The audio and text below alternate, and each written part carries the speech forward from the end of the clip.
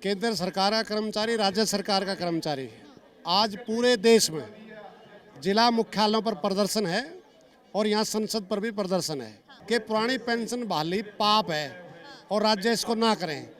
तो हम सरकार से पूछ रहे हैं कि अगर ये पाप है तो फिर इस पाप को बीजेपी के एमएलए और एमपी क्यों कर रहे हैं? वो पुरानी पेंशन ले रहे हैं। इस सरकार को समझ लेना चाहिए कि अब समय रहते एनपीएस खत्म कर दे, ओपीएस लागू करे, नहीं तो इस सरकार का जाना तय है।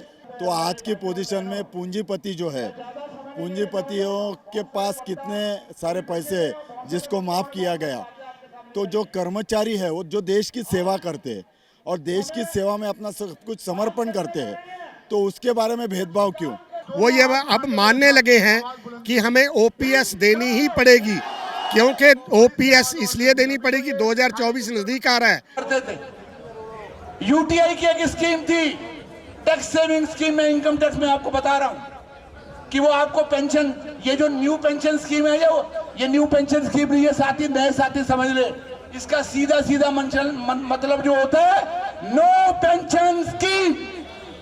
ये नो पेंशन स्कीम है। 30 साल नौकरी करने के बाद आपको झुंझुना दे देंगे। इस कंपनी में पैसा लगाया था, आप ढूंढ लीजिए, पता चलेगा कंपनी तो कहां चली गई पता नहीं, जापान चली गई, जर्मनी चली गई, यूएस चली गई। अखिल भारतीय राज्य सरकारी कर्मचारी महासंघ के माध्यम से आज तमाम कर्मचारी दिल्ली को कूच किए हैं। आखिर ये दिल्ली कूच क्यों हुई है? देश के अलग अलग राज्यों से अलग अलग कर्मचारी यहाँ क्यों पहुंचे हैं? यही जानकारी आपको आज की वीडियो में मिलने जा रही है, तो हमारी वीडियो को एंड तक जरूर देखिएगा। आपको बता दूं कि दिल्ली के अलावा देश के अलग अलग राज्यों में कर्मचारियों ने अपनी ओल्ड पेंशन नीति को लागू करने के लिए ये प्रदर्शन लगातार जारी रखा था। हरियाणा में एक विशाल प्रदर्शन का देखने के लिए भी मिला था, लेकिन उस प्रदर्शन के माध्यम से सरकार और प्रशासन ने दोनों ने ही इन कर्मचारियों की आवाज को दबा दिया था। कहीं ना कहीं अपनी आवाज को बुलंद करने के लिए आज देश के अलग अलग राज्यों से तमाम कर्मचारी दिल्ली कूच किए हैं। किस तरह से ये प्रदर्शन लगातार जारी है, सुबह सुबह ये सारे कर्मचारी अलग अलग राज्यों से दिल्ली की तरफ पहुंच चुके हैं और किस तरह से ये लोग प्रधानमंत्री नरेंद्र मोदी की तानाशाही शासन को लेकर यहाँ पर प्रदर्शन करते हुए नजर आ रहे हैं। साथ ही साथ नारेबाजी में ये भी बताते हुए नजर आ रहे हैं कि गुंडागर्दी नहीं चलेगी और तानाशाही नहीं चलेगी। ऐसे तमाम नारों के साथ मोदी सरकार का विरोध किया जा रहा है और ओल्ड पेंशन स्कीम को लागू करने की मांग रखी जा रही है। इसके अलावा 7 मांगे इन्होंने अपने पैम्पलेट में दी हैं, जिन 7 मांगों को लेकर आज ये लोग यहाँ पर पहुंचे हैं।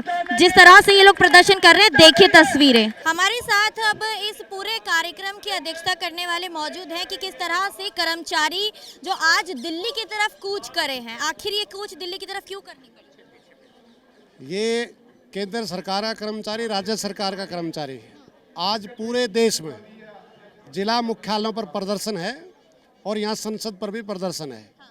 और मुख्यतः जो आज ये प्रदर्शन हुआ है, उससे पहले सभी राज्यों में राज्य स्तरीय कार्यकर्ताओं के सम्मेलन हो चुके हैं।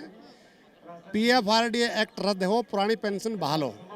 इस पे केंद्र सरकार का कहना है कि पुरानी पेंशन बहाली पाप है और राज्य इसको ना करें।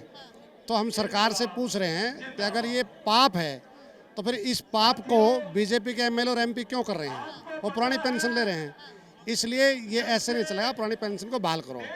60 लाख पोस्टें खाली पड़ी हैं और 4 दशक में बेरोजगारी की दर सबसे ऊंची है।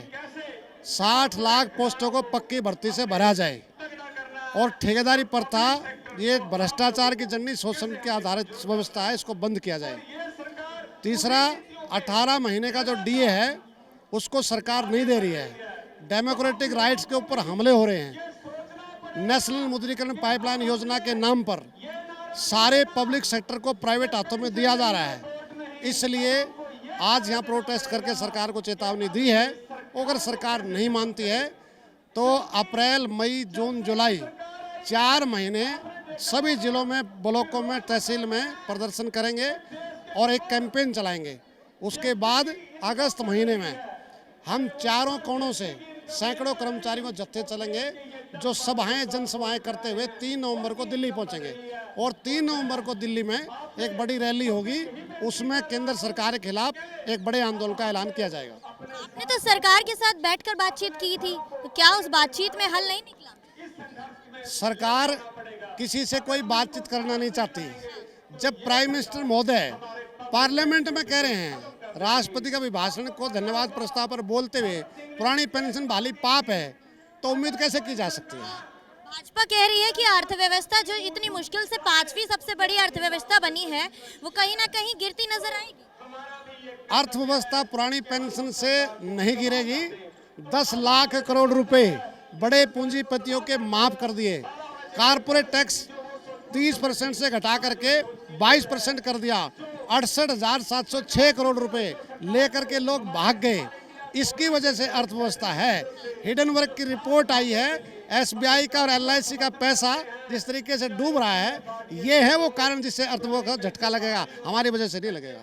तो अब जिस तरह से आप कह रहे हैं कि आंदोलन बड़ा होगा और कूच करेंगे नवंबर की तरह, तो कितने यहाँ पर कर्मचारी आज मौजूद हैं जो यहाँ पर प्रदर्शन के लिए आए?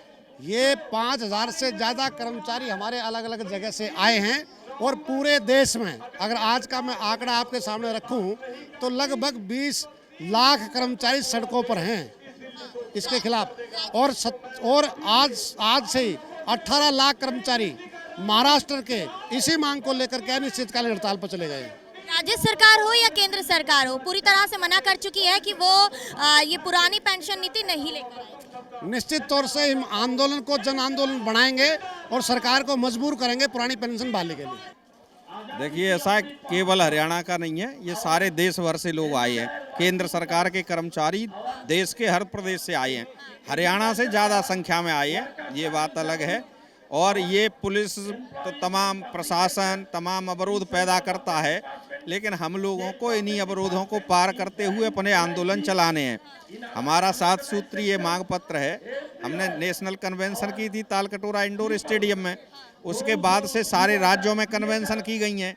आज सारे जिला स्तर पर भी आंदोलन चल रहे हैं इसी के समर्थन में, क्योंकि यहाँ एक निश्चित संख्या में आने देते हैं, रेस्ट्रिक्टेड नंबर में, इसलिए यहाँ हमने निश्चित संख्या में लोगों को बुलाया। लेकिन ये आंदोलन चल रहा है, ये बहुत बड़ा आंदोलन बन चुका है। सरकार को समझ जाना चाहिए, इसी जन आंदोलन के चलते 5 राज्यों में ओपीएस बहाल हो चुकी है। हिमाचल का उदाहरण है, राज्य सरकार के कर्मचारियों ने बीजेपी को हरा करके कांग्रेस के समर्थन में वोट दिया। 0.9% से बहुत ही थिन मार्जिन से सरकार बन गई। इस सरकार को समझ लेना चाहिए कि अब समय रहते एनपीएस खत्म कर दे, ओपीएस लागू करे, नहीं तो इस सरकार का जाना तय है। सरकार तो मना कर रही है, भाजपा कह रही है कि अगर ओपीएस लागू करते हैं तो कहीं ना कहीं अर्थव्यवस्था पर असर पड़ेगा। अर्थव्यवस्था पे असर इनको इससे नहीं पड़ रहा कि एलआईसी का हजारों करोड़ बर्बाद हो गया अडानी के, उसमें एसबीआई का बर्बाद हो गया। सारा जो पब्लिक सेक्टर खड़ा किया था पब्लिक के टैक्स से, वो सब बेचे दे रहे हैं। कितने भयंकर खर्चे चल रहे हैं। सेंट्रल विस्टा बनना है 20,000 करोड़ रुपए से, उससे किसी से इनकी अर्थव्यवस्था खराब नहीं हो रही। अर्थव्यवस्था इसी से खराब होगी, जबकि ये 14% कंट्रीब्यूशन सरकार दे रही है, 10% कर्मचारी का है। अरे ये डेफर्ड बेस था, 12 महीने की जगह 13 महीने तनख्वाह तय की जाती है और 1 महीने की तनख्वाह पेंशन फंड के लिए रखी जाती है।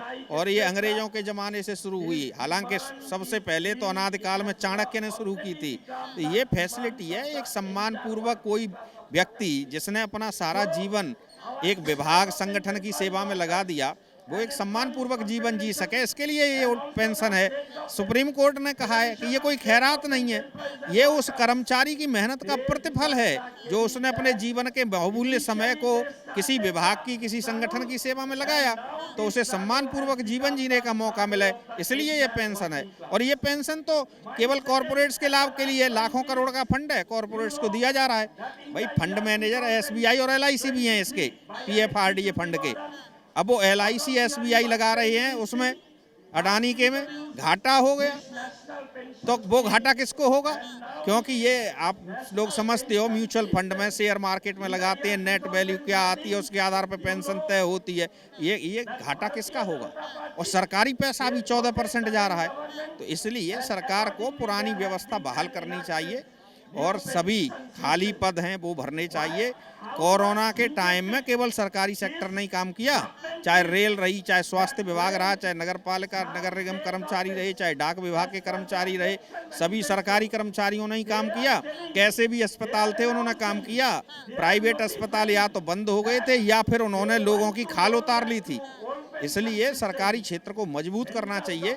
साथ ही साथ आप पब्लिक सेक्टर भी चलाइए, कुछ काम प्राइवेट सेक्टर को भी दीजिए, लेकिन ये नहीं होना चाहिए कि सब कुछ सरकारी सेक्टर बंद कर दिया जाए और सारा सब प्राइवेट को दे दिया जाए। आप मांग करने के लिए दिल्ली पहुंच चुके हैं, अलग अलग राज्यों से दिल्ली पहुंचे हैं, मांग पूरी नहीं होंगी तो फिर आगे क्या? चरणबद्ध तरीके से आंदोलन चल रहे हैं। नेशनल कन्वेंशन हुई, उसके बाद स्टेट कन्वेंशन, अब ये पार्लियामेंट धरना, इसके बाद पद यात्राएं चलेंगी सारे चारों कोनों से। उसके बाद हम लोग नवंबर में बहुत विशाल पार्लियामेंट मार्च करेंगे। फिर भी सरकार नहीं मानेगी तो इंडेफिनिट स्ट्राइक की जाएगी। आप कहाँ से आए? हरियाणा से, हरियाणा सोनीपत। हरियाणा में तो इस प्रोटेस्ट का एक विशाल रूप देखने के लिए मिला था। आंसू गैस के गोले छोड़े गए, गिरफ्तारी भी हुई तमाम लोगों की। तो ऐसे में आज दिल्ली कूच की है, क्या लग रहा है कि दिल्ली में आकर बातें मान ली जाएंगी? ये हरियाणा में जो पंचकुला गए थे वहाँ पर अत्याचार किया सरकार ने कर्मचारियों के साथ, जो बहुत बुरा किया। तो ये सरकार की कबर खुद की है, सरकार ने इसका हर्जाना भुगतना पड़ेगा। इससे आम जनता में संदेश गया कि सरकार बहुत गलत कर रही है, कर्मचारियों के साथ अत्याचार कर रही है। इसलिए कर्मचारियों के साथ साथ जनता भी और किसान भी, सभी को एकता करके, मैं एक किसान हूँ, सभी को इनके साथ लग कर इस सरकार को बदलना है। अच्छा, जिस तरह से किसान आंदोलन हुआ था, कहा जा रहा है कि उसी तर्ज पर यह आंदोलन भी बड़ा रूप ले सकता है यदि भाजपा और केंद्र सरकार नहीं मानी। तो क्या लग रहा है कि किसानों की भूमिका इसमें महत्वपूर्ण रहने वाली है? नहीं, किसान तो उस बारे में तो किसान बताएंगे जी, नेता हमारे जो बड़े नेता उस बारे में तो निर्णय वे लेंगे। लेकिन अब हाल में लग रहा है कि किसान, मजदूर, कर्मचारी और सभी साथ मिल करके इस सरकार की दमनकारी नीतियों को और इसके अत्याचार से बचने के लिए एक लड़ाई लड़ेंगे। लेकिन भाजपा और केंद्र सरकार तो ये कहती नजर आ रही है कि अर्थव्यवस्था पर असर पड़ेगा यदि ओपीएस को लागू कर दिया जाता है। ओपीएस को लागू करने से असर तो कहाँ पड़ेगा जी? असर तो इन जो जितना टैक्स उनको फेडरेशनों को दे दिया, राजघराने हैं जो बड़े बड़े अदानी अंबानी जैसों को दे दिया, नुकसान तो देश को वहाँ से बहुत ज़्यादा हो गया। कर्मचारी तो एक क्या मांगता है, ये बुढ़ापा पेंशन दे रहे हैं, वैसे तो जिसको कुछ नहीं किया उसको पेंशन दे रहे हैं, जिन्हें 30-32 साल नौकरी करेगा उसकी पेंशन खोज रहे हैं। इसलिए हम कर्मचारियों के साथ हैं, तो 25, 30, 35 साल काम करेगा उसको पेंशन नहीं, उसको जरूर उसके मेहनताना मिलना चाहिए ताकि वो बुढ़ापे में अपनी इज्जत से, मान सम्मान से रोटी खा सके। दो आज दिल्ली कूच की है, अलग अलग राज्यों से कर्मचारी आज अपनी मांगों को लेकर यहाँ पहुंचे। आखिर दिल्ली कूच क्यों करना पड़ा? क्योंकि जो पीएफआरडीए जो बिल है जो 2004 में इम्प्लीमेंट हुआ था, कई राज्यों में न्यू पेंशन स्कीम कैंसिल करके ओल्ड पेंशन स्कीम लाने की योजना बनी गई है, लेकिन जो फंड है वो पूरा केंद्र सरकार के पास है। इसीलिए दिल्ली में ही अगर पीएफआरडीए बिल कैंसिल होके प्राइम मिनिस्टर यह ऐलान करते हैं कि न्यू पेंशन की जगह ओल्ड पेंशन को लागू किया जाएगा, तो सभी राज्यों के प्रॉब्लम्स है वो नेचुरली ख़त्म हो जाएंगे। आज महाराष्ट्र में भी स्ट्राइक पे राज्य सरकारी कर्मचारी गए हैं। हालांकि राज्य सरकारी कर्मचारी अभी कई राज्यों ने न्यू पेंशन स्कीम कैंसिल करते हुए ओल्ड पेंशन स्कीम चालू करने का ऐलान किया, जैसे कि हरियाणा, आप जानते हैं। महाराष्ट्र में भी वो एश्योरेंस दे रहे, लेकिन जब तक पीएफआरडीए बिल पार्लियामेंट में कैंसिल होके ओल्ड पेंशन स्कीम लागू नहीं होती, तब तक सभी देश में सभी जो ओल्ड पेंशन स्कीम सभी केंद्र राज्य सरकारी कर्मचारियों को नहीं मिलने वाली। इसलिए ये माहौल तैयार किया जा रहा है। इसके बाद स्टेप बाय स्टेप हम आगे बढ़ेंगे और 3 नवंबर को हम पार्लियामेंट के सामने हमारी रैली रखेंगे और हमारी ये डिमांड रखने की कोशिश करेंगे कि न्यू पेंशन स्कीम को कैंसिल करते हुए ओल्ड पेंशन स्कीम को लागू किया जाए। अर्थव्यवस्था पर भारी असर की अगर बात की जाए तो आज की पोजीशन में पूंजीपति जो है, पूंजीपतियों के पास कितने सारे पैसे हैं जिसको माफ़ किया गया, तो जो कर्मचारी है वो जो देश की सेवा करते हैं और देश की सेवा में अपना सब कुछ समर्पण करते हैं, तो उसके बारे में भेदभाव क्यों? और दूसरा सवाल ऐसा है कि अगर आप सोच रहे हैं कि केंद्र सरकार कर्मचारियों के ओल्ड पेंशन स्कीम लाने की वजह से देश की अर्थव्यवस्था पे बोझा पड़ता है, तो उनकी शुरुआत पार्लियामेंट मेंबर उन्होंने खुद से करनी चाहिए, क्योंकि वो जब 2004 के बाद में है तो उनको तो 2-2 पेंशन मिल रही है, तो सभी को एक साथ न्याय जस्टिस मिलना चाहिए।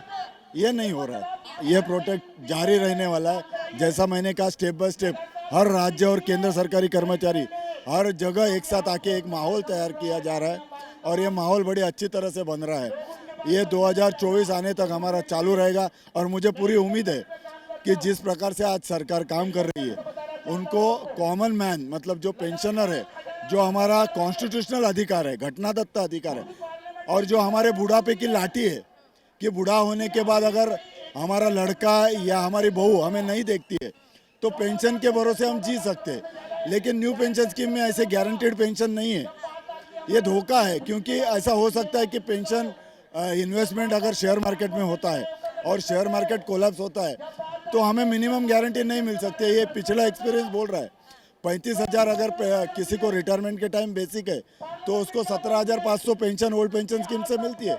लेकिन अभी ऐसा देखने में आया 2003 में जो काम पे लगा उसको 35,000 अगर बेसिक है तो 4,500 पेंशन बैठ रही है। तो ये दिख रहा है कि ये ओल्ड न्यू पेंशन स्कीम बड़ी मतलब डरावनी है और इसमें फ्यूचर को खिलवाड़ है, फ्यूचर को लेके।